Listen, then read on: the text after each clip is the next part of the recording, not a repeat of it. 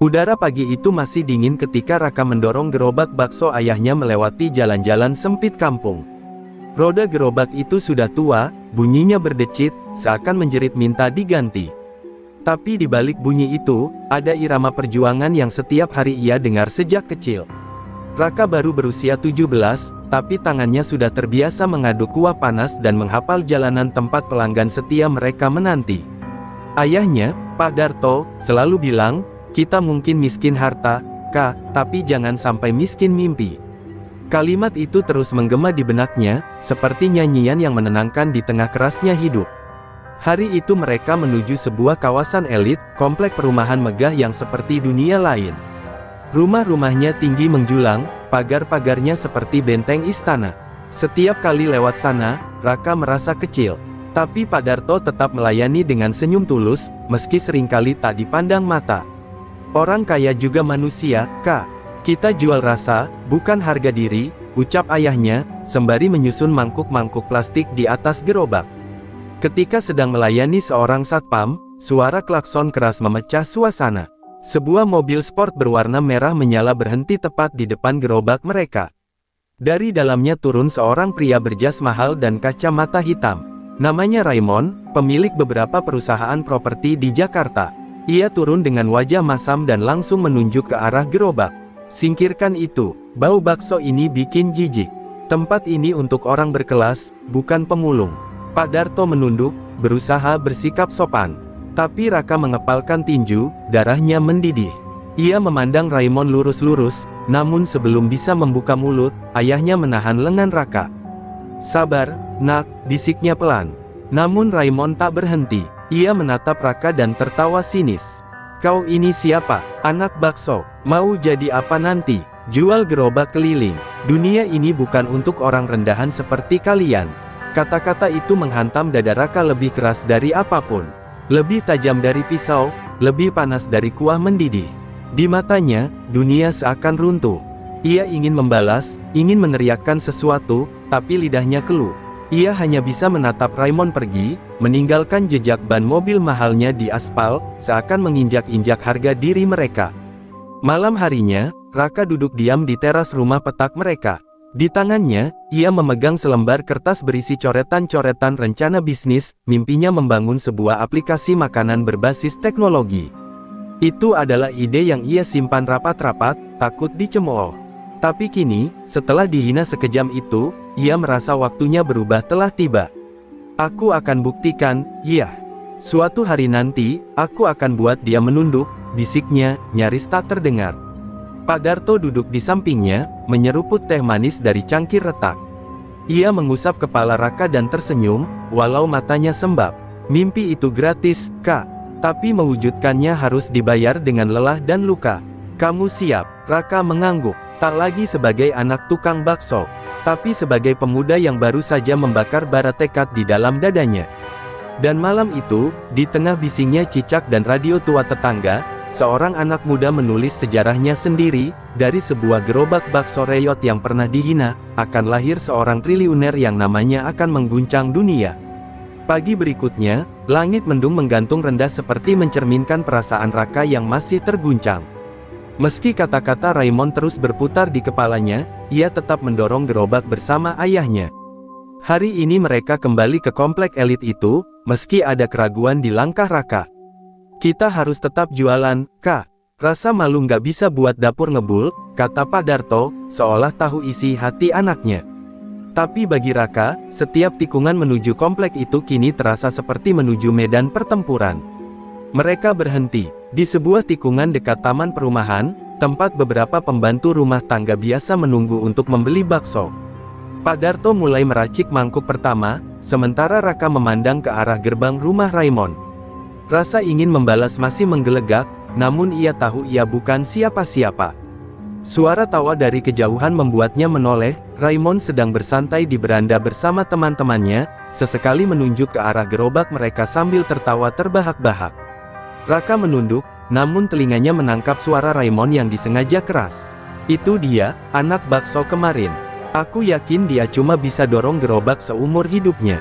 Dunia ini milik orang-orang cerdas dan kaya, bukan budak jalanan." Teman-temannya ikut tertawa, dan salah satu dari mereka melempar bungkus makanan ke arah gerobak, mengenai mangkuk yang sedang disusun Raka. Kuah panas tumpah, mengenai tangan Raka. Panasnya menyengat, tapi tidak seberapa dibanding perih di hatinya. Pak Darto buru-buru menyekat tangan anaknya dengan handuk lusuh. Wajahnya merah, tapi ia tetap menunduk. "Jangan dilawan. Kita cari makan, bukan cari ribut," bisiknya lirih. Namun kali ini, Raka tidak bisa diam. Ia berdiri tegak, menatap langsung ke arah Raimon. Suaranya gemetar, tapi tegas, "Kau boleh hina aku sekarang, tapi ingat baik-baik wajah ini. Suatu hari, aku akan berdiri di tempat yang lebih tinggi dari semua gedungmu." Tawa meledak dari arah beranda. Raimon menepuk-nepuk bahu temannya sambil tertawa sinis. "Anak tukang bakso mau jadi siapa? Elon Musk dari kampung. Hahaha, kau pikir hidup itu dongeng?" Katanya sambil beranjak masuk ke rumah megahnya, meninggalkan Raka yang berdiri sendiri di pinggir jalan, dengan kuah bakso menetes dari lengannya. Sepanjang perjalanan pulang, Raka tak banyak bicara. Tapi matanya tajam, pikirannya penuh rencana. Di dalam hati, ia mencatat setiap ejekan, setiap hinaan, sebagai bahan bakar untuk masa depan. Ia tahu ia tak punya uang, tak punya koneksi, bahkan tak punya gelar. Tapi ia punya satu hal yang orang seperti Raimon tak punya, rasa lapar. Lapar akan pembuktian. Malam itu, ia menyalakan laptop tuanya, menyambung internet dari warung sebelah, dan mulai mengetik rencana bisnisnya. Ia tak lagi menulis dengan keraguan, tapi dengan tekad.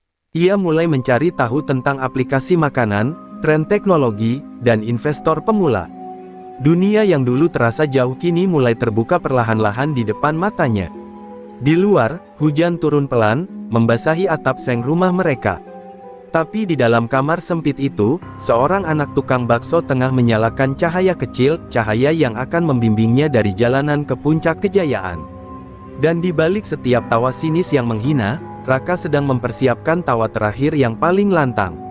Malam demi malam dilalui Raka dengan mata yang tak mau terpejam. Laptop tua peninggalan pamannya itu terus menyala, menghangatkan telapak tangannya yang mulai pecah-pecah.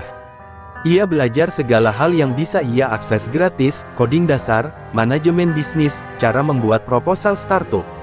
Setiap artikel, setiap video tutorial ia telan bulat-bulat seolah hidupnya bergantung padanya. Ia bukan hanya belajar untuk cerdas, tapi untuk membalas. Bukan dengan amarah, tapi dengan pencapaian. Ayahnya, Pak Darto, semakin sering batuk-batuk. Suaranya serak dan terkadang menghilang saat berjualan. Tapi tetap saja, ia tersenyum. "Jangan pikirin Bapak, Kak. Kalau kamu bisa sukses, itu obat terbaik buat Bapak." Tapi Raka tahu, ayahnya memaksakan diri. Di dapur yang hanya seluas 2 petak, Raka sering melihat ayahnya mengelus dada, menatap foto almarhum ibunya yang sudah lama tiada. Raka semakin yakin, waktu mereka tak banyak. Suatu malam, setelah seharian membantu jualan dan malamnya belajar, Raka membuka buku catatannya dan menggambar gerobak bakso digital. Pertamanya, ia membayangkan bagaimana pelanggan bisa memesan bakso dari HP, dan penjual kecil seperti ayahnya tetap bisa bersaing dengan restoran besar. "Aku akan mulai dari apa yang paling aku kenal," bisiknya. Ide itu sederhana, tapi punya jiwa, memperjuangkan mereka yang selama ini diremehkan, seperti dirinya. Tapi semua itu membutuhkan modal, dan mereka bahkan tidak punya cukup uang untuk memperbaiki atap bocor. Maka Raka mulai bekerja serabutan, dari jadi ojek online sepulang sekolah hingga jadi admin toko daring malam hari. Ia menyisihkan sedikit demi sedikit. Bahkan saat teman-temannya nongkrong atau pacaran, ia hanya membalas dengan tawa pahit. "Gue nggak punya waktu buat jatuh cinta, yang gue kejar masa depan," katanya suatu malam pada temannya yang heran melihatnya begitu serius. Namun luka yang paling dalam datang bukan dari hinaan Raimon atau jerih payah yang tak berujung, tapi saat suatu malam, ayahnya pingsan di jalan pulang, tepat di samping gerobak. Warga membawanya ke klinik, dan dokter mengatakan, kelelahan parah, disertai komplikasi jantung. Dunia Raka runtuh. Di hadapannya, pria terkuat dalam hidupnya terbaring lemah, wajahnya pucat, tangan kurusnya menggenggam selimut tipis. "Maaf, Kak, Bapak nggak bisa bantu dorong lagi," ucap Pak Darto lirih. Tangis Raka pecah di pojok bangsal. Ia merasa gagal menjaga satu-satunya orang yang ia cintai. Tapi di balik air mata itu, terbentuk tekad baru. Raka sadar, kalau ia tidak bergerak cepat, waktu akan mencuri segalanya dari hidupnya. Malam itu, ia duduk di bangsal rumah sakit, membuka laptopnya, dan mengetik proposal bisnis pertamanya. Ia tidak tahu apakah ada yang akan membacanya, tapi ia tahu satu hal, ia tak akan diam. Beberapa minggu kemudian, dengan sisa uang hasil kerja kerasnya, ia mendaftar ke ajang kompetisi bisnis kecil-kecilan untuk pelajar dan pemuda. Pemenang akan mendapatkan mentoring dan akses jaringan investor, tulis brosurnya. Itu bukan jaminan, tapi harapan. Dan Raka tahu, hanya itu yang ia punya saat ini. Sebuah luka di dada, dan impian yang membakar tak mau padam. Sementara hujan turun lagi di luar jendela rumah sakit, Raka memandang wajah ayahnya yang tertidur. Ia mengepalkan tangan, lalu menatap layar laptopnya yang menampilkan nama proposalnya, Gerobak Pintar. Dunia mungkin belum mengenalnya, tapi sebentar lagi, dunia tak akan bisa melupakannya. Hari kompetisi itu datang lebih cepat dari yang Raka bayangkan. Dengan jas pinjaman dari tetangga dan sepatu butut yang sempat ia semir hingga mengilap, ia berdiri di depan gedung tinggi di pusat kota. Sinar matahari terpantul di dinding kaca gedung itu, memantulkan bayangan Raka yang tampak kecil, namun penuh keyakinan. Di dalam, puluhan peserta lain sudah menunggu. Mereka datang dengan pakaian rapi, tim lengkap, dan presentasi yang terlihat profesional. Raka hanya membawa laptop tua, proposal yang ia cetak di warung fotokopi, dan harapan yang nyaris usang. Saat namanya dipanggil, jantungnya berdetak tak karuan. Ia berdiri di panggung kecil, menghadapi juri yang duduk dengan wajah datar. Ia menarik napas, lalu mulai menjelaskan tentang Gerobak Pintar, tentang sistem pemesanan makanan digital untuk UMKM, dan tentang mimpinya menciptakan keadilan bagi pedagang kecil. Suaranya bergetar di awal, namun perlahan menjadi bulat, penuh rasa. Ia tidak sekadar mempresentasikan ide, ia bercerita tentang hidupnya, tentang ayahnya, tentang gerobak reyot yang jadi saksi perjuangan, dan tentang dunia yang buta terhadap mereka yang miskin. Ruangan itu sempat hening, beberapa juri terlihat terdiam, dan seorang wanita parubaya yang duduk di tengah bahkan terlihat mengusap sudut matanya. Setelah presentasi, tidak ada tepuk tangan meriah, tidak ada pujian, hanya ucapan, kami akan mempertimbangkan. Tapi bagi Raka, itu sudah cukup. Ia telah mengeluarkan seluruh isi hatinya. Sekarang, sisanya adalah menunggu. 3 hari kemudian, saat ia tengah menjaga ayahnya di rumah sakit, sebuah email masuk. Tangannya gemetar saat membukanya. Kalimat pertama membuat jantungnya nyaris berhenti, "Selamat, Anda terpilih sebagai salah satu pemenang kompetisi kami dan berhak mendapatkan program inkubasi bisnis serta mentoring." Dunia seakan berhenti sesaat. Ia berdiri dari kursi, memeluk ayahnya yang masih terbaring lemah. "Yah, kita masuk. Kita benar-benar masuk," bisiknya dengan mata berkaca-kaca. Ayahnya membuka mata perlahan, tersenyum samar. "Kamu beneran anak Bapak," katanya lirih. "Kamu bikin mimpi Bapak hidup lagi." Raka menggenggam tangan ayahnya erat. Ia tahu, ini baru langkah awal. Tapi setidaknya kini ia sudah punya tiket untuk naik ke panggung yang lebih besar, panggung yang selama ini hanya bisa ia pandang dari jauh. Hari-hari berikutnya dipenuhi dengan pelatihan, workshop, dan presentasi ulang di hadapan mentor-mentor ternama. Raka merasa seperti ikan kecil yang tiba-tiba dilempar ke lautan. Tapi ia berenang, belajar sekuat tenaga. Ia bukan yang paling pintar, bukan yang paling rapi, tapi semangatnya yang membuat para mentor meliriknya 2 kali. Ia menjadi murid yang tak pernah berhenti bertanya, mencatat, dan memperbaiki. Bahkan saat tubuhnya lelah, pikirannya tetap terjaga. Suatu malam, setelah sesi mentoring selesai, salah satu mentor mendekatinya. Pria itu, seorang investor kawakan bernama Johan Lai, menepuk bahunya. "Kamu tidak punya latar belakang bisnis, tapi kamu punya satu hal yang langka, jiwa. Saya ingin bicara lebih lanjut soal ide kamu." Kalimat itu seperti pelita yang menembus kegelapan.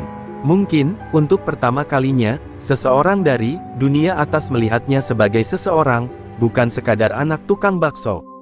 Dan malam itu, di atas gedung bertingkat yang dulu hanya bisa ia lihat dari jalanan, Raka berdiri menatap lampu kota yang berkelap-kelip. Ia tak lagi hanya bermimpi. Ia mulai melangkah di atasnya. Dunia yang dulu menertawakannya, kini mulai menoleh perlahan. Dan Raka tahu, ini bukan akhir dari perjalanan, ini baru awal dari peperangan besar yang akan ia menangkan dengan harga diri dan ambisi. Hari pertama Raka duduk di ruang kerja inkubasi startup, ia seperti masuk ke dunia asing. Dinding kaca, meja modern, wifi kencang, dan orang-orang berbicara cepat dengan istilah-istilah yang belum pernah ia dengar. Tapi ia tidak gentar. Di dalam ranselnya, masih ada bekal dari rumah, nasi bungkus dan semangat yang dibungkus lebih erat lagi. Ia tahu, dirinya mungkin satu-satunya peserta yang belum pernah pegang modal jutaan, tapi ia juga tahu, yang ia bawa dari jalanan lebih mahal dari uang, ia bawa kenyataan. Dalam sesi mentoring pertamanya dengan Johan Lai, Raka memaparkan ulang visinya, gerobak pintar bukan hanya aplikasi, tapi perlawanan diam terhadap ketimpangan. Ia ingin para tukang bakso, penjual gorengan, dan pedagang kecil lainnya bisa masuk ke dunia digital tanpa harus mengorbankan identitas mereka. Johan menatapnya lama, lalu berkata pelan, tapi semua itu butuh modal. Kamu punya modal awal. Raka terdiam. Lalu dengan suara mantap ia menjawab, saya akan dapatkan dengan cara saya, Pak. Beberapa hari kemudian, ia pulang ke rumah dengan keputusan yang berat. Ia duduk di samping gerobak tua yang kini sudah jarang dipakai. Pandangannya menelusuri setiap goresan, setiap paku yang longgar, setiap kenangan yang tertanam dalam kayu itu. Ia tahu, ini bukan sekadar gerobak, ini simbol hidup mereka. Tapi ia juga tahu, gerobak itu kini bisa jadi kunci untuk membuka pintu masa depan. Malam itu, setelah berbicara panjang dengan ayahnya, mereka sepakat, gerobak itu akan dijual. Esoknya, dengan mata berkaca-kaca, Raka menyerahkan gerobak itu ke tukang barang bekas yang membelinya seharga Rp2.500.000. Jumlah yang kecil untuk sebuah mimpi, tapi bagi Raka, itu harga dari pengorbanan pertama. Ia mencium tangan ayahnya dan berjanji dalam hati, suatu hari nanti, kita akan beli 1000 gerobak yang lebih bagus dari ini. Uang itu ia gunakan untuk membuat prototipe aplikasi pertamanya. Dengan bantuan seorang teman programmer yang ia temui di acara mentoring, mereka membuat versi awal gerobak pintar. Sederhana, hanya bisa memesan dan menerima pesanan, tapi cukup untuk diuji coba. Raka lalu kembali ke kampungnya, mengetuk satu persatu pintu pedagang kecil, menawarkan mimpi yang dulu hanya ia simpan sendiri. Sebagian menolak, sebagian ragu, tapi ada beberapa yang berkata, kalau kamu percaya, kami ikut. Di tengah keterbatasan, Raka mengorganisir pelatihan digital kecil-kecilan di musala kampung. Ia ajari mereka cara pakai HP untuk terima pesanan, cara mencatat bahan baku, bahkan cara menjawab pelanggan dengan sopan di aplikasi. Warga terharu, belum pernah ada yang memperlakukan mereka seprofesional itu. Mereka bukan lagi penjual pinggir jalan. Di mata Raka, mereka adalah mitra. Kabar tentang gerobak pintar mulai menyebar perlahan. Seorang food blogger lokal menulis artikel tentang inisiatif Raka, dan tanpa disangka, artikel itu viral. Beberapa investor mulai melirik. Telepon dari media lokal berdatangan. Tapi yang paling berkesan adalah satu pesan masuk di emailnya, saya ingin mendanai skala awal proyek Anda. Dunia butuh orang seperti Anda. Pengirimnya, Johan Lai. Di malam yang sunyi itu, Raka menatap layar laptopnya. Di sekelilingnya hanya dinding triplek dan lampu 5 watt yang redup. Tapi di layar itu, ada cahaya baru, transfer modal pertama sebesar 50 juta rupiah dari Johan untuk pengembangan aplikasi. Raka menutup matanya, memegang dadanya yang bergemuruh. Ia tahu, langkah besarnya telah dimulai. Dan semua itu berawal, dari sebuah gerobak bakso yang dulu dihina. Beberapa bulan setelah suntikan dana pertama dari Johan Lai, aplikasi gerobak pintar mulai menggeliat. Versi keduanya hadir dengan tampilan lebih bersih, sistem pemesanan lebih cepat, dan fitur pelaporan keuangan sederhana untuk para pedagang. Raka dan tim kecilnya, yang terdiri dari 2 programmer, 1 desainer UI, dan dirinya sebagai CEO merangkap kurir ide, bekerja siang malam tanpa mengenal akhir pekan. Kantor mereka hanyalah ruangan sewa mungil di lantai 2 sebuah ruko. Tapi semangat mereka menggelegak seperti kuah bakso yang baru mendidih. Raka turun langsung ke lapangan. Ia tidak pernah merasa tinggi hanya karena kini ia sudah menerima dana investasi. Setiap pagi, ia masih menyapa pedagang-pedagang kecil, mendengarkan keluhan mereka, dan mencatat kebutuhan mereka. Ia tahu, kunci kesuksesan gerobak pintar bukan di teknologi semata, tapi di kepercayaan dari mereka yang selama ini merasa tak dianggap. Ia memberi mereka alasan untuk percaya bahwa dunia digital pun bisa memeluk kaum kecil. Suatu sore, Raka diundang ke sebuah acara UMKM tingkat kota. Ia diminta menjadi pembicara, sebuah hal yang tak pernah ia bayangkan sebelumnya. Di atas panggung, dengan setelan jas murah dan sepatu yang mulai usang, ia menceritakan asal-usul gerobak pintar. Tentang ayahnya, tentang gerobak yang dijual demi modal, dan tentang impian memperbaiki rantai ekonomi dari bawah. Hadirin terdiam, lalu berdiri. Tepuk tangan bergema, bukan karena teknologi, tapi karena keberanian seorang anak bakso yang menolak dikubur oleh kemiskinan. Setelah acara itu, artikel tentang Raka muncul di salah satu portal bisnis nasional. Judulnya sederhana, Dari Kuah Bakso ke Coding, Raka, pemuda kampung yang membangun startup untuk kaum kecil. Artikel itu dibaca oleh puluhan ribu orang. Tak lama kemudian, akun media sosial gerobak pintar banjir follower. Banyak yang ingin tahu, banyak yang ingin ikut. Tapi tak sedikit pula yang mencibir, startup kampung mana bisa bersaing sama aplikasi besar. Di tengah badai pujian dan keraguan, Raka tetap menunduk. Ia tahu, pencapaian ini belum apa-apa. Startupnya masih bayi, dan bayi bisa tumbang kapan saja. Tapi ketika ia pulang ke rumah dan melihat ayahnya sudah bisa berjalan perlahan ke dapur, membuatkan kopi untuknya, ia tahu, ia sedang berjalan di jalan yang benar. Bapak bangga, kata Pak Darto pelan. Bukan karena kamu sukses, tapi karena kamu nggak berubah. Namun cobaan datang tak lama setelah itu. Salah satu aplikasi pemesanan makanan besar mulai masuk ke kampung-kampung dengan promosi besar-besaran dan diskon yang tak masuk akal. Beberapa mitra pedagang Raka mulai tergoda, meninggalkan gerobak pintar demi iming-iming cepat. Tim Raka panik, jumlah transaksi harian anjlok. Investor mulai bertanya-tanya, kalau kamu tidak segera bereaksi, kamu tenggelam, kata Johan dalam sebuah rapat darurat. Raka tidak menjawab, ia hanya menatap layar presentasinya yang menampilkan angka merah menyala. Tapi di matanya tak ada tanda menyerah, hanya fokus. Malam itu ia tidak pulang. Ia begadang sendiri di kantor, mencoba mencari solusi. Ia menatap kembali foto ayahnya yang ia pajang di dinding, pria dengan senyum tulus di balik gerobak. Aku nggak boleh kalah, bisiknya. Bukan untuk dirinya, tapi untuk semua mereka yang sudah percaya padanya. Untuk semua pedagang kecil yang kini menggantungkan harapan pada aplikasi kecil ini. Dan di subuh yang dingin, saat kota belum benar-benar bangun, Raka akhirnya mengetik ide barunya, program loyalitas, pelatihan online gratis, dan sistem subsidi silang berbasis komisi internal. Ia tersenyum kecil. Kalau raksasa menyerang, kita jangan lari. Kita harus jadi semut yang menggigit, katanya. Dan itulah awal babak baru gerobak pintar, bukan hanya sebagai aplikasi, tapi sebagai gerakan.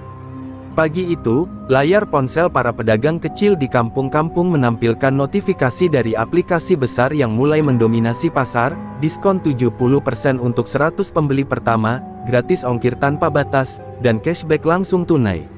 Tawaran yang mustahil dilawan oleh gerobak pintar. Dalam hitungan hari, lebih dari 30% mitra Raka mulai menarik diri, memilih pindah ke platform yang menjanjikan pendapatan cepat. Beberapa dari mereka bahkan menyesal pernah bergabung dengan Raka. Kami butuh makan, nak. Bukan mimpi, kata salah seorang pedagang padanya. Raka hanya tersenyum getir. Ia tidak bisa menyalahkan mereka. Ia tahu betul bagaimana rasanya hidup dalam ketidakpastian. Tapi hatinya terasa ditikam saat para pedagang itu pergi. Ia tidak kehilangan pelanggan, ia kehilangan kepercayaan. Malam itu, ia kembali menatap papan tulis di ruang kecil kantor startupnya. Angka-angka merah mulai mendominasi, beban gaji tim yang harus terus dibayar menghantuinya. Bahkan Johan Lai mulai terdengar lebih dingin saat berbicara dengannya lewat telepon. Namun Raka tak ingin mati pelan-pelan. Ia mulai menjalankan rencana yang ia tulis subuh itu. Ia luncurkan gerobak pintar loyalty program, setiap transaksi dari pedagang akan dihitung poinnya, dan bisa ditukar dengan kebutuhan dasar, beras, minyak, bahkan pulsa. Ia juga menggandeng komunitas mahasiswa IT dari kampus lokal untuk menjadi relawan mengajari para pedagang cara memotret dagangan, menulis deskripsi menarik, dan memanfaatkan media sosial. Kalau kita tidak bisa memberi diskon besar, kita beri nilai lebih besar, katanya pada timnya. Tak disangka, gerakan kecil itu menyalakan harapan. Pedagang-pedagang yang bertahan mulai merasakan hasil. Mereka tidak hanya jualan, tapi mulai paham bisnis.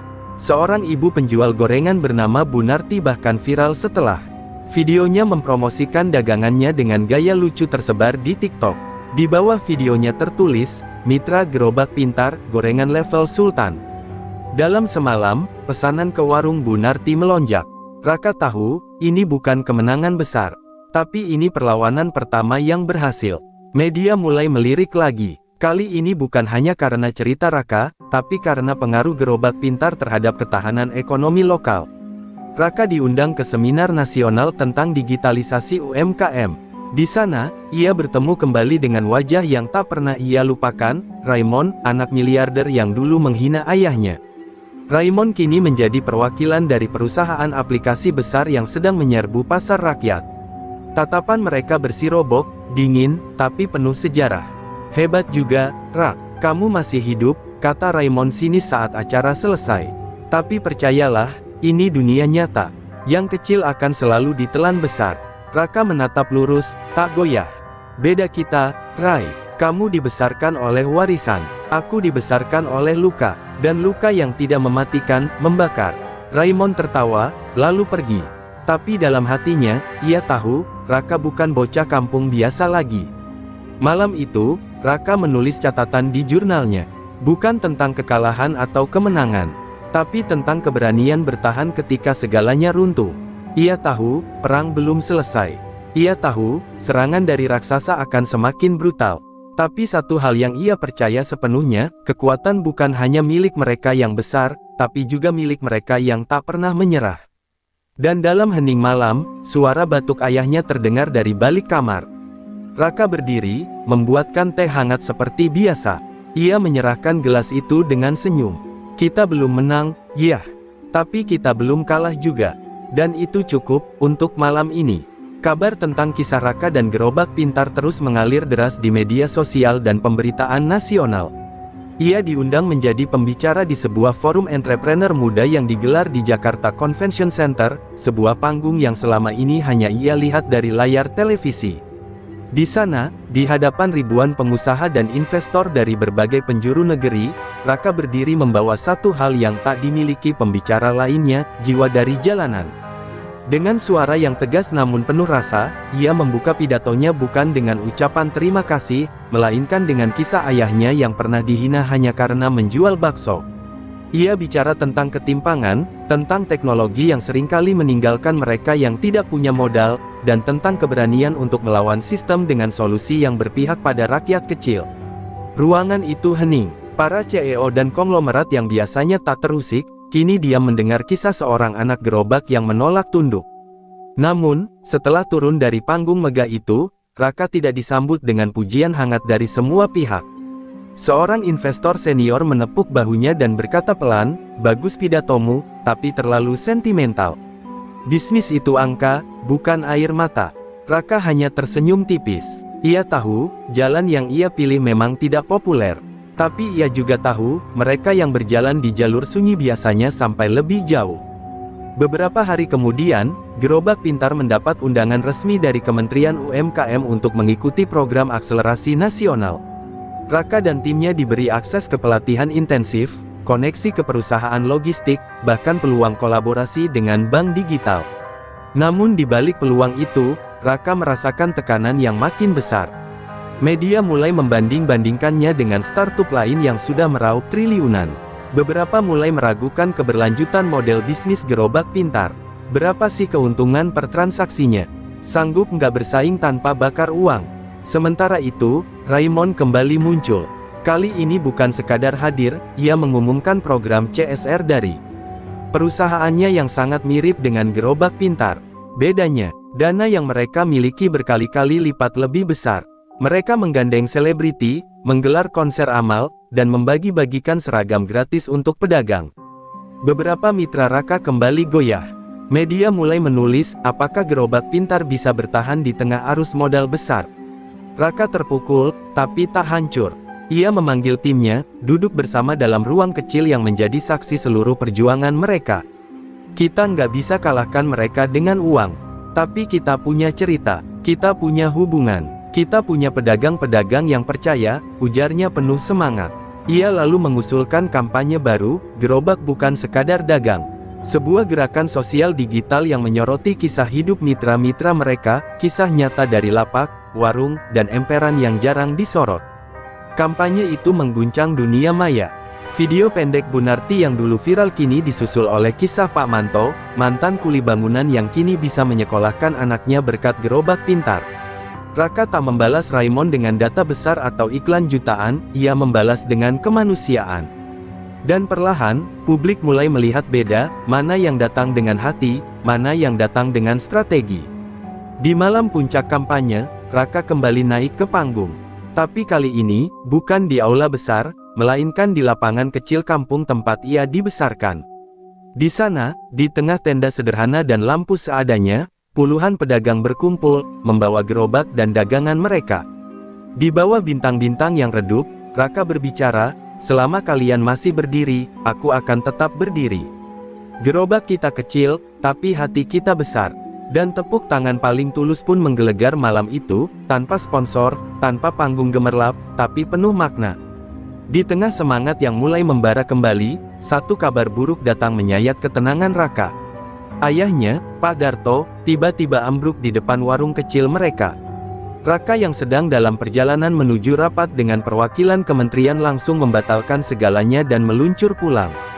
Rumah sakit menjadi tempat yang kembali membangkitkan luka, bau disinfektan, suara monitor berdetak, dan tatapan dokter yang terlalu datar untuk menyampaikan kabar buruk.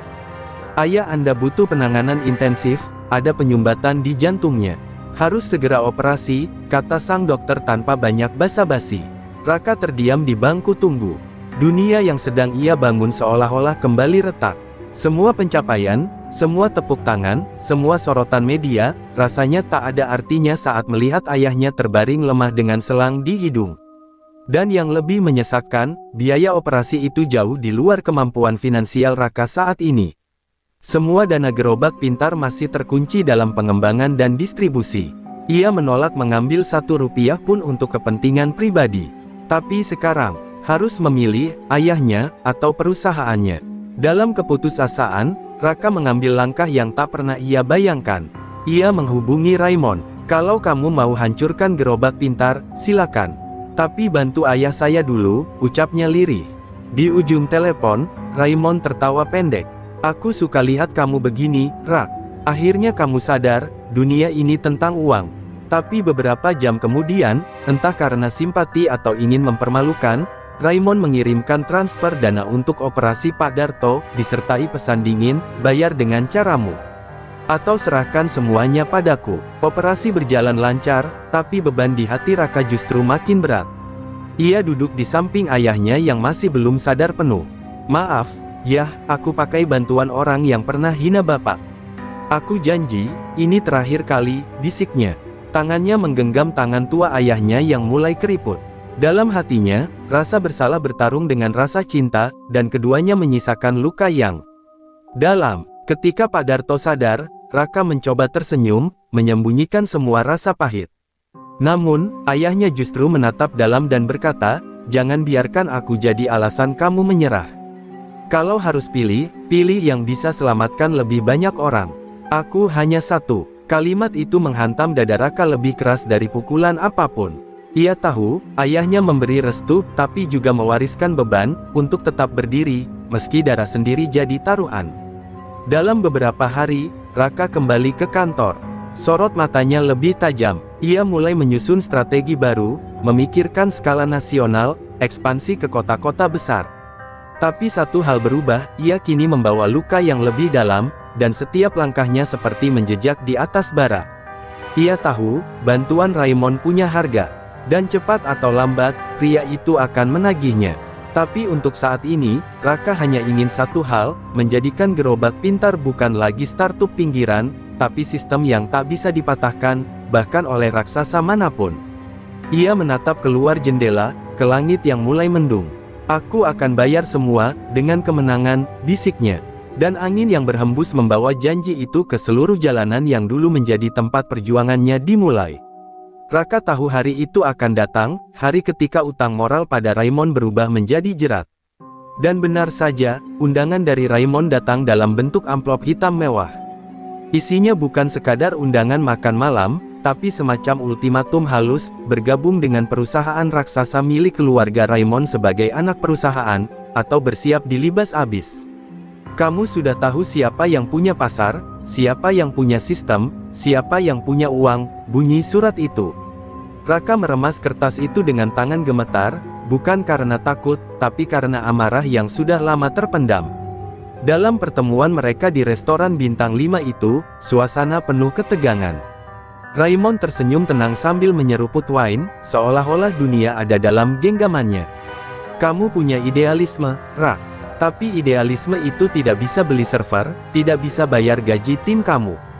Kamu berhutang pada saya, kamu tahu itu. Raka menatap langsung ke mata lawannya. Benar, tapi aku juga tahu, kamu bantu bukan karena peduli. Kamu ingin tundukkan aku, dan itu tidak akan pernah terjadi.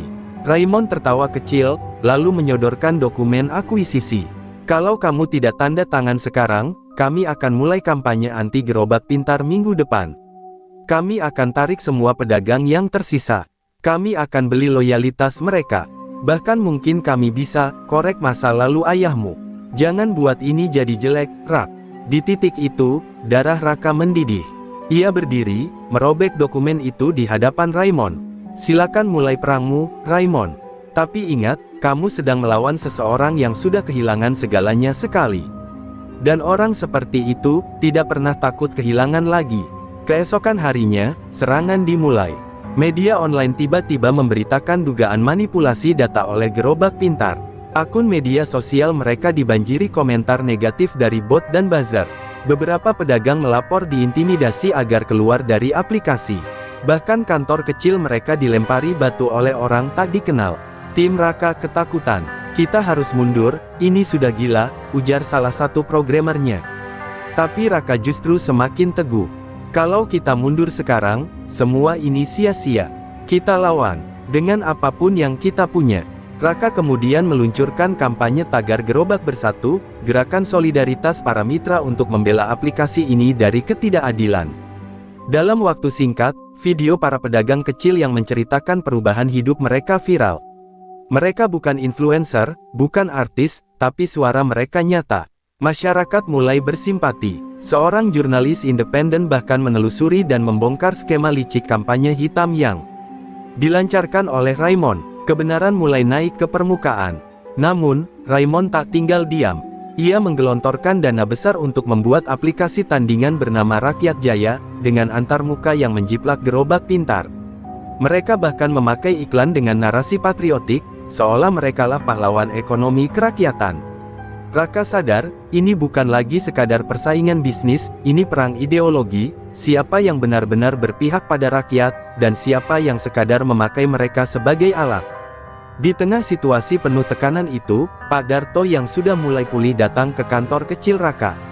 Ia tak berkata banyak, hanya menyerahkan satu kotak tua berisi buku catatan harian dan potret masa muda mereka. Waktu kamu kecil, kita nggak punya apa-apa. Tapi kita punya kehormatan. Jangan gadaikan itu, ucap ayahnya pelan. Raka mengangguk. Kata-kata ayahnya menjadi pondasi baru dalam hatinya. Perang ini bukan tentang menang melawan Raimon, tapi tentang membuktikan bahwa kebaikan bisa bertahan, meski diterjang badai. Dan malam itu, Raka berdiri di depan timnya. Matanya penuh nyala. Kita akan bangun versi baru gerobak pintar. Lebih ringan, lebih cepat, lebih aman. Kita buka kode sumbernya, biar siapapun bisa pakai. Ini bukan lagi tentang startup. Ini perlawanan. Di ruangan sempit itu, semangat kembali membara. Mereka tidak punya miliaran rupiah. Tapi mereka punya keyakinan. Dan kadang, itu lebih kuat dari apapun. Malam itu, kantor kecil gerobak pintar berubah menjadi markas perjuangan. Di atas meja, Raka membentangkan blueprint pengembangan aplikasi open source yang diberi nama Gerobak Merdeka. Kita akan bebaskan sistem ini. Siapapun boleh pakai, siapapun boleh kembangkan, asal digunakan untuk memberdayakan pedagang kecil, tegasnya. Beberapa anggota tim masih ragu. Kalau semua bisa pakai, apa kita nggak kehilangan semua hak eksklusif kita, Kak? Raka menggeleng. Justru itu kekuatan kita. Kita buka semua, dan kita tumbuh bersama. Mereka nggak akan bisa beli sesuatu yang milik semua orang. Strategi ini gila, tapi brilian. Dalam waktu 2 minggu, ratusan relawan programmer, mahasiswa, hingga penggiat komunitas mulai bergabung membantu Raka. Mereka menyumbang waktu, tenaga, bahkan server pribadi. Gerobak Merdeka menyebar seperti api di musim kemarau. Di kota-kota kecil, aplikasi ini mulai digunakan oleh kelompok pedagang pasar tradisional, koperasi keliling, hingga warung-warung yang selama ini tak terjangkau platform digital besar. Raymond, yang mengira Raka akan melawan dengan cara konvensional, mulai kehilangan kendali. Dana cesernya tak lagi efektif. Aplikasi Rakyat Jaya mulai ditinggalkan karena dianggap penuh iklan dan terlalu memaksakan sistem pembayaran digital yang menyulitkan pedagang. Dia pikir bisa menyaingi aku dengan open source murahan. Raymond menggeram, lalu menghubungi Departemen Hukum Perusahaan. Gugat mereka, pakai semua celah yang ada. Namun celah itu tak pernah ditemukan, karena Gerobak Merdeka tidak punya pemilik tunggal. Ia milik semua, tapi serangan terakhir datang bukan dari luar, melainkan dari dalam. Salah satu investor awal Gerobak Pintar, yang merasa dilangkahi dengan lahirnya Gerobak Merdeka, menuntut hak sahamnya dalam bentuk aset tetap. Ia menuntut kantor, peralatan, bahkan server utama. Di tengah perjuangan yang mulai menemukan cahaya, ancaman ini mengguncang stabilitas internal. Tim kembali terpecah. Beberapa anggota menyarankan menyerah dan fokus pada karir masing-masing. Kita sudah terlalu jauh, Kak. Mungkin sudah waktunya berhenti, kata salah satu anggota tim lama. Raka mematung, matanya sembab karena kurang tidur. Tapi dalam benaknya, satu suara tak pernah padam, suara ayahnya.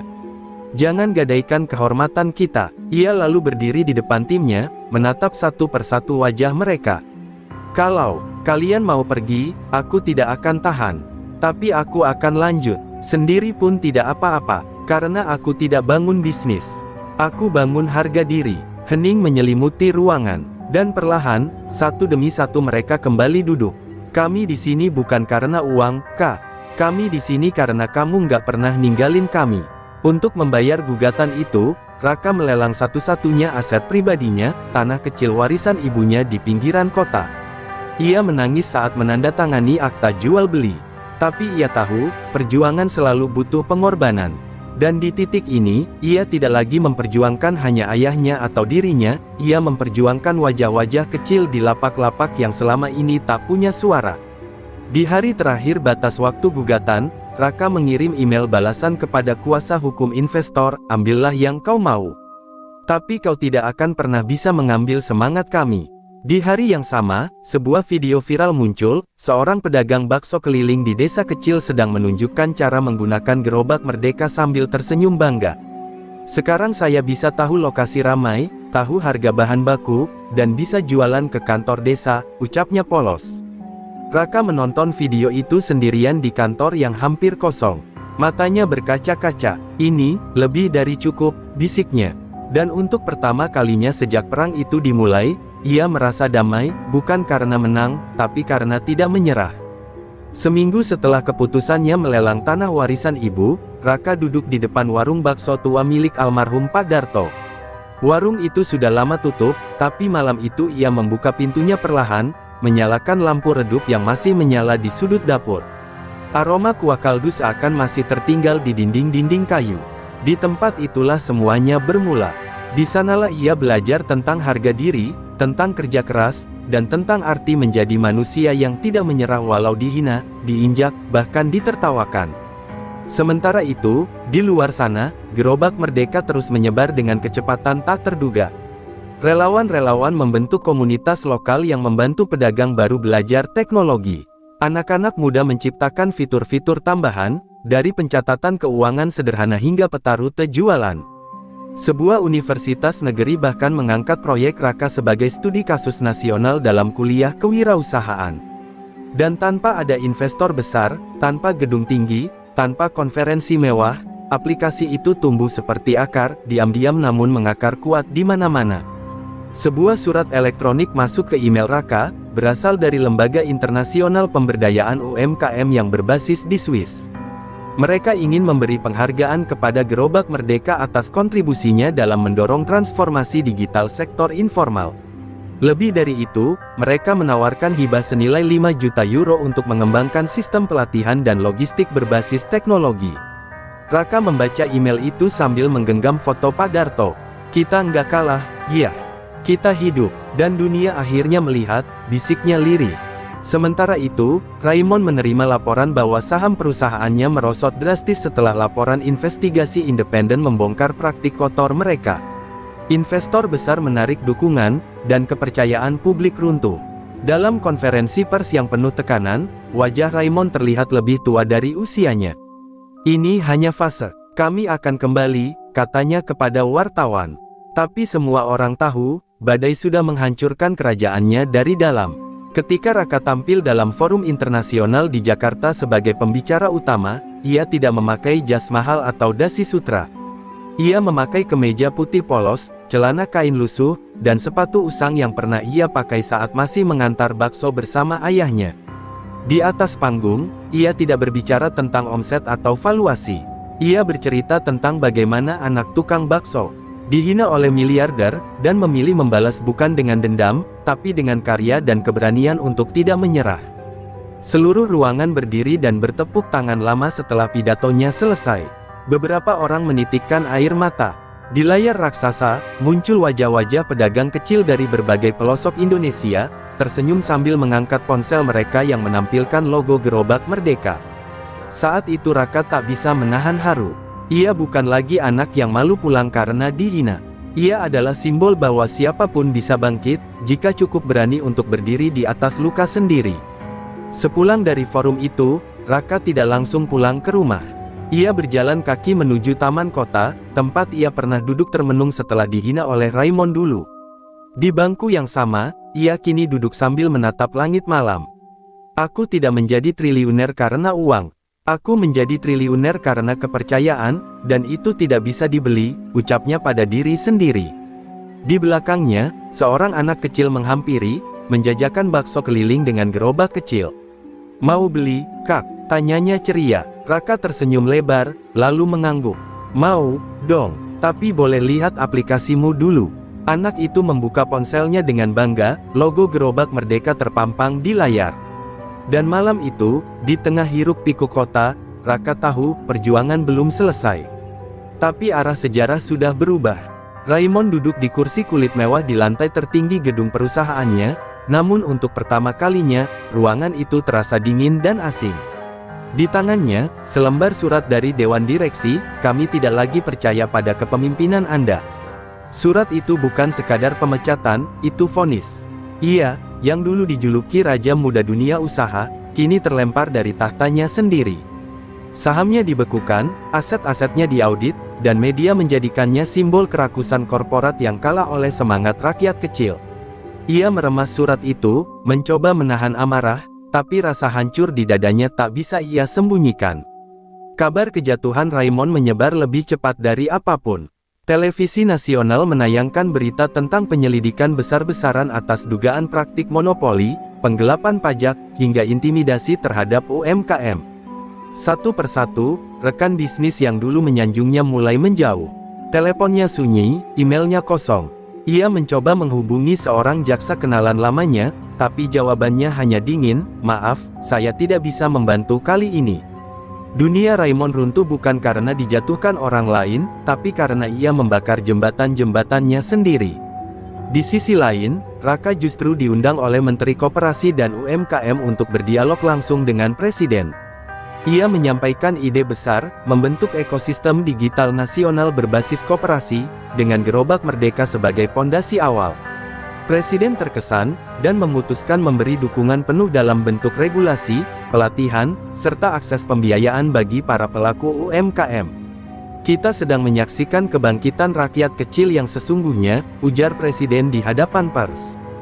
Dan di tengah sorotan itu, nama Raka menjadi simbol baru, dari anak tukang bakso jadi arsitek ekonomi kerakyatan. Raymond, kini tak punya kuasa, hanya bisa menonton semuanya dari layar televisi kecil di apartemen sewaannya.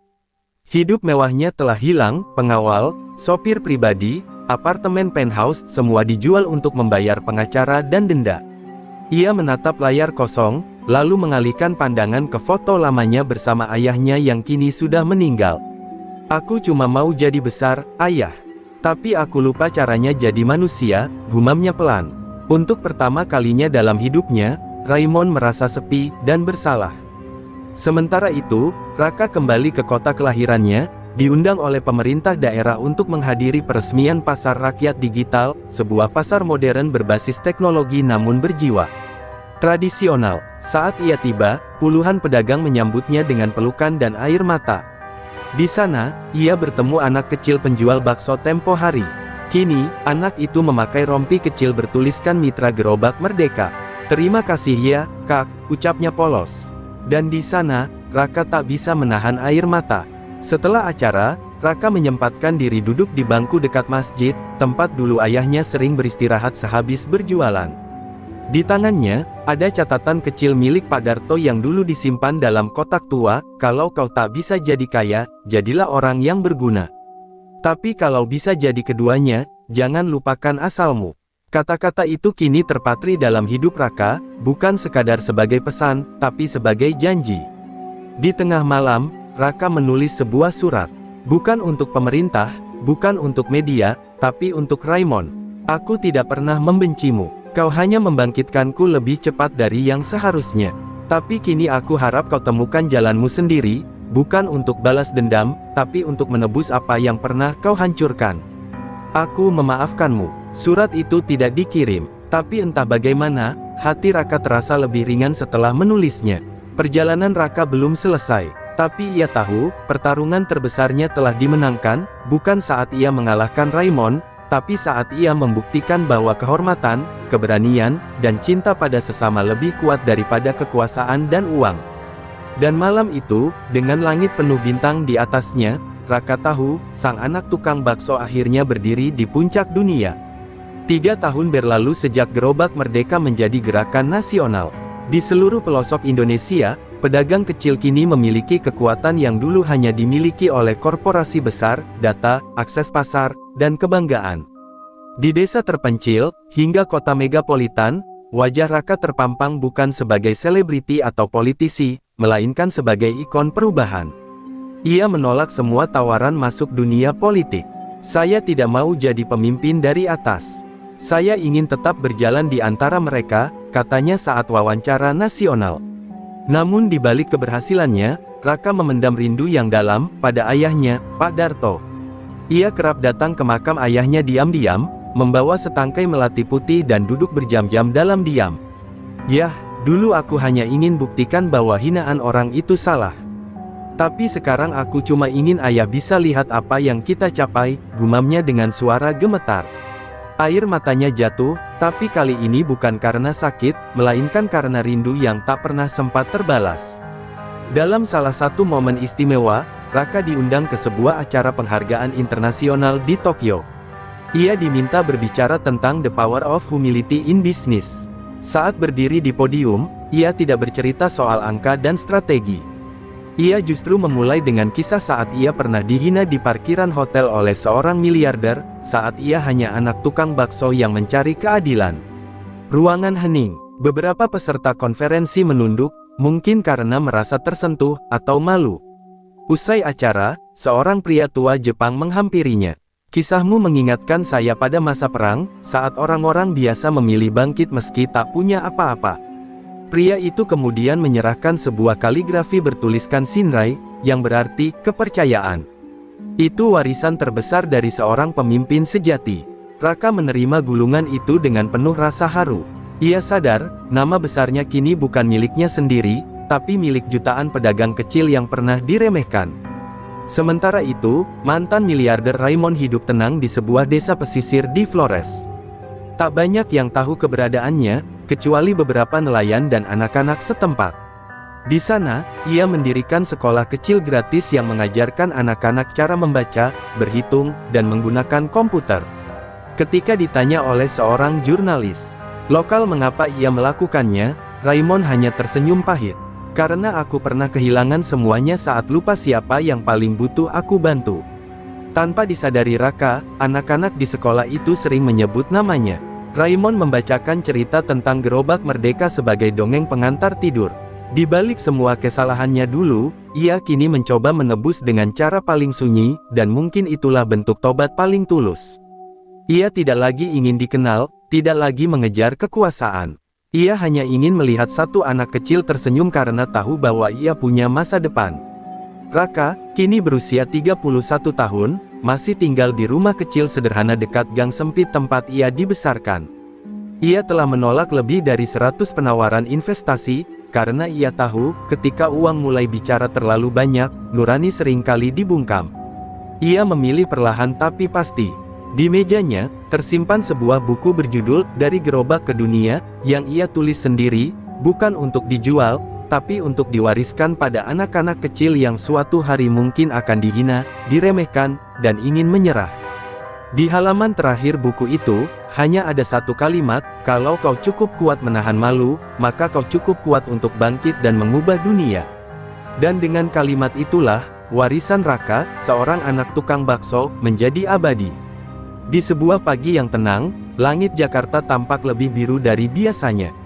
Di lapangan Monas, ribuan pedagang kecil dari seluruh penjuru Indonesia berkumpul, mengenakan seragam sederhana bertuliskan Gerobak Merdeka. Hari itu adalah hari ulang tahun ke-10 gerakan yang telah mengubah nasib jutaan rakyat kecil.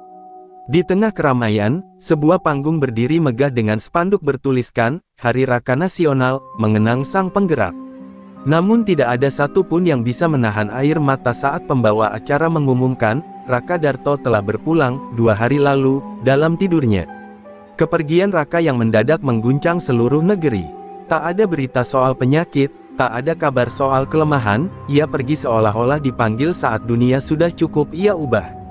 Di beranda rumah kecilnya, hanya ada secarik surat tertulis tangan, kalau aku tak sempat pamit, tolong teruskan langkah ini. Jangan biarkan gerobak-gerobak itu berhenti. Surat itu ditandatangani hanya dengan satu kata, Raka. Dan di bawahnya, goresan kecil gambar semangkuk bakso. Pemakaman Raka menjadi prosesi rakyat terbesar dalam sejarah negeri itu. Tidak diiringi karangan bunga mewah, melainkan ribuan gerobak bakso yang didorong perlahan-lahan menuju tempat peristirahatan terakhirnya. Di sepanjang jalan, anak-anak membagikan bakso gratis sambil menyanyikan lagu perjuangan yang dibuat khusus oleh pedagang jalanan. Tidak ada pidato politisi, tidak ada siaran sponsor. Hanya tangis yang tulus dan rasa kehilangan yang merata. Di antara lautan manusia, berdiri Raymond, dengan rambut yang kini memutih sepenuhnya. Ia datang tanpa diundang, tanpa pengawalan, hanya membawa bunga liar yang ia petik sendiri. Saat orang-orang mulai bubar, ia berjalan ke pusara Raka dan berbisik, kau sudah selamatkan lebih banyak nyawa daripada yang pernah aku hancurkan. Kau pahlawan, Rak, dan aku hanya seorang penyesal. Ia menunduk, mencium tanah, dan berlalu dalam diam, kembali ke tempat sunyinya di ujung timur negeri. Bertahun-tahun kemudian, nama Raka diabadikan di setiap sekolah kewirausahaan. Ada beasiswa anak gerobak, Institut Teknologi Raka Darto, dan bahkan satu hari libur nasional yang dinamakan Hari UMKM Merdeka. Tapi lebih dari semua itu, warisan Raka hidup di hati rakyat kecil, dalam senyum penjual gorengan yang kini punya aplikasi kasir sendiri, dalam tangis haru tukang es keliling yang bisa menyekolahkan anaknya sampai kuliah. Di layar-layar ponsel di seluruh negeri, logo Gerobak Merdeka tak pernah berubah, semangkuk bakso dan sebuah tangan terbuka. Setiap kali aplikasi itu dibuka, muncul kutipan terakhir dari buku Raka, selama masih ada langit, kita tidak boleh menyerah. Karena siapapun berhak bermimpi, bahkan yang lahir dari jalanan. Kutipan itu menjadi pelita, bukan hanya bagi pedagang, tapi bagi siapapun yang pernah diremehkan. Anak-anak ini tumbuh dengan cerita tentang anak tukang bakso yang menjadi triliuner. Tapi yang mereka ingat bukanlah kekayaan Raka, melainkan keberaniannya, kesetiaannya pada nilai, dan kerendahannya saat berdiri di puncak. Mereka tahu, untuk menjadi besar, tidak harus menindas. Untuk menjadi hebat, cukup jadi manusia yang tidak lupa asalnya. Dan di bawah langit yang luas itu, nama Raka Darto hidup selamanya, bukan di batu nisan, bukan di museum, tapi di dada setiap orang kecil yang berani bermimpi lebih tinggi dari gerobaknya sendiri.